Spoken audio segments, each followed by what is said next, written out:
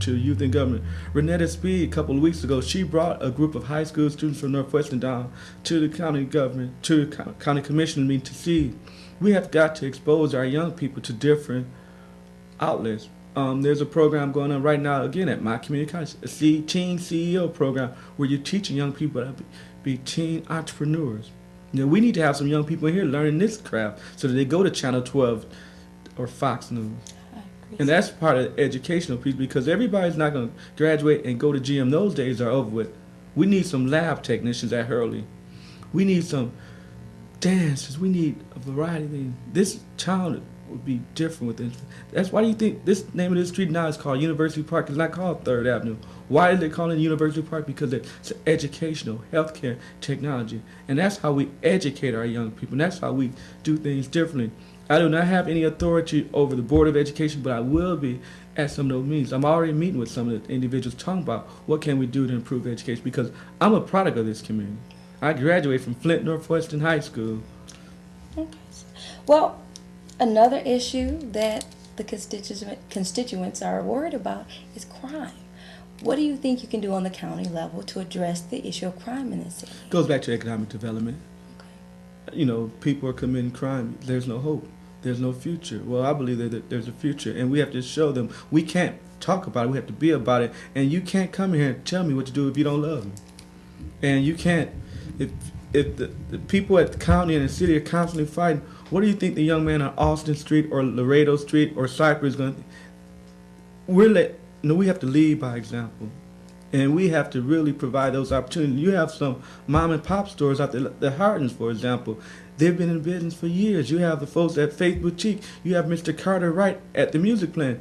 We have to show those young people, hey, there's a better way, as opposed to listening to some of my cousins who are doing the illegal pharmacy. And then some of my cousins who are doing the illegal pharmacy. And when I say our cousins, we all have people out there. Right. We need to invest in them, show them a different route. Right. Because that's where crime. And then in regards to our seniors in crime, Sheriff Paquel and his senior fraud unit should be commended, because they're working with our seniors. Mm-hmm. Because our seniors are valuable. And see, that's the other thing.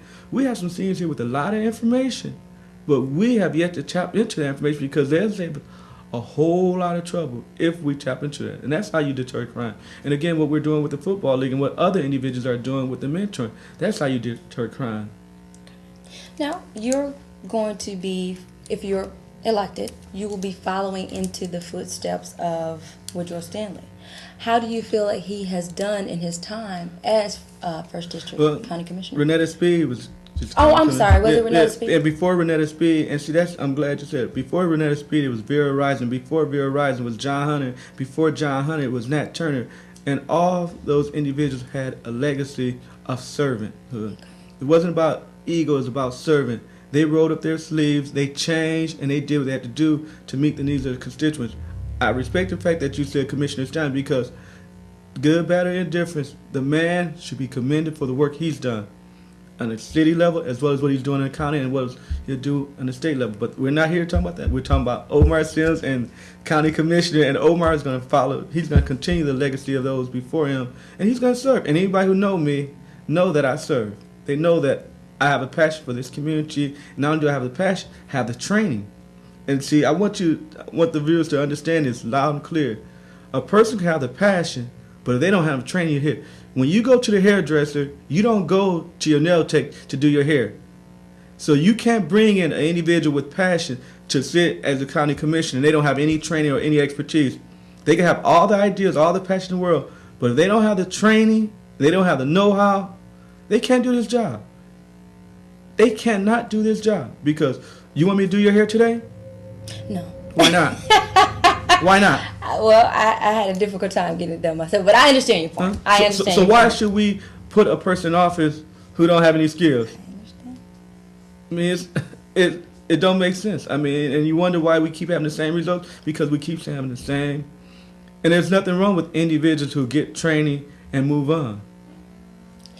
Now, with that said, the same results. How effective do you think that the county commission has been as a whole, as the board? How efficient have they been in their duties? And, with the policies that are already enacted, do you think they've been efficient in helping Flint or the county? Because I attend the county commissioners meeting, I make it my point to see what's going on. I would say on a whole, the county commission is doing the best they can under the situation.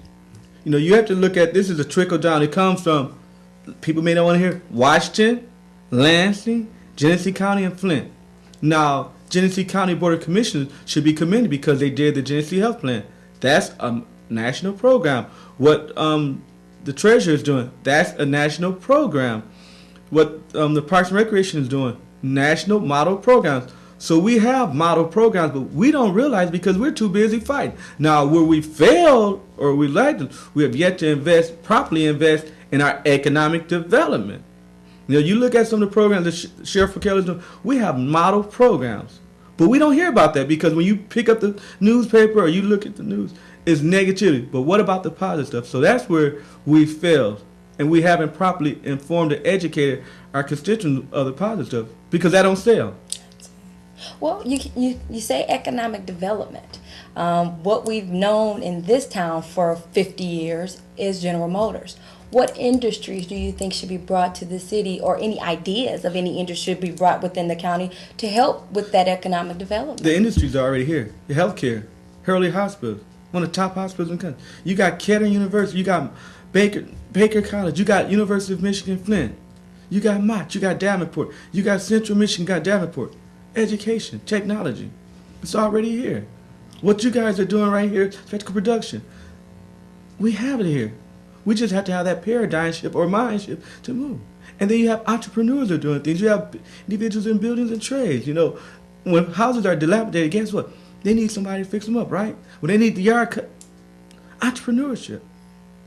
It's not about one company saving us. It's about us saving ourselves. And you have ideas. We have young people. We have people with talents. You know, some of those individuals who are retired from the plant, guess what? They have ideas.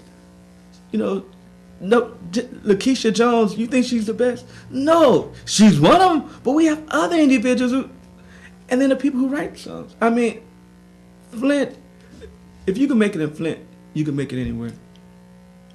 Heard that, certainly. How difficult is it running for public office? What advice would you give someone who's up and coming that says that I want to start to get involved in the political process? I shared with that person the other day, I said, for me, this is a lifestyle. If you don't have a love for people, comes from internal. If you don't love eternally, none of this stuff. If you're doing it for ego, so your name to be seen in light, you're wasting your time. Because this is a full-time commitment. Folks, I hear folks all the time say, well, they should receive part-time pay for part-time work. That tells me right there that they don't understand. You cannot do this job part-time and be successful. This is a full-time work because you have block club meetings, you have different committee meetings, and then you're expected to meet with different individuals, talk about different challenges. So this is a full-time.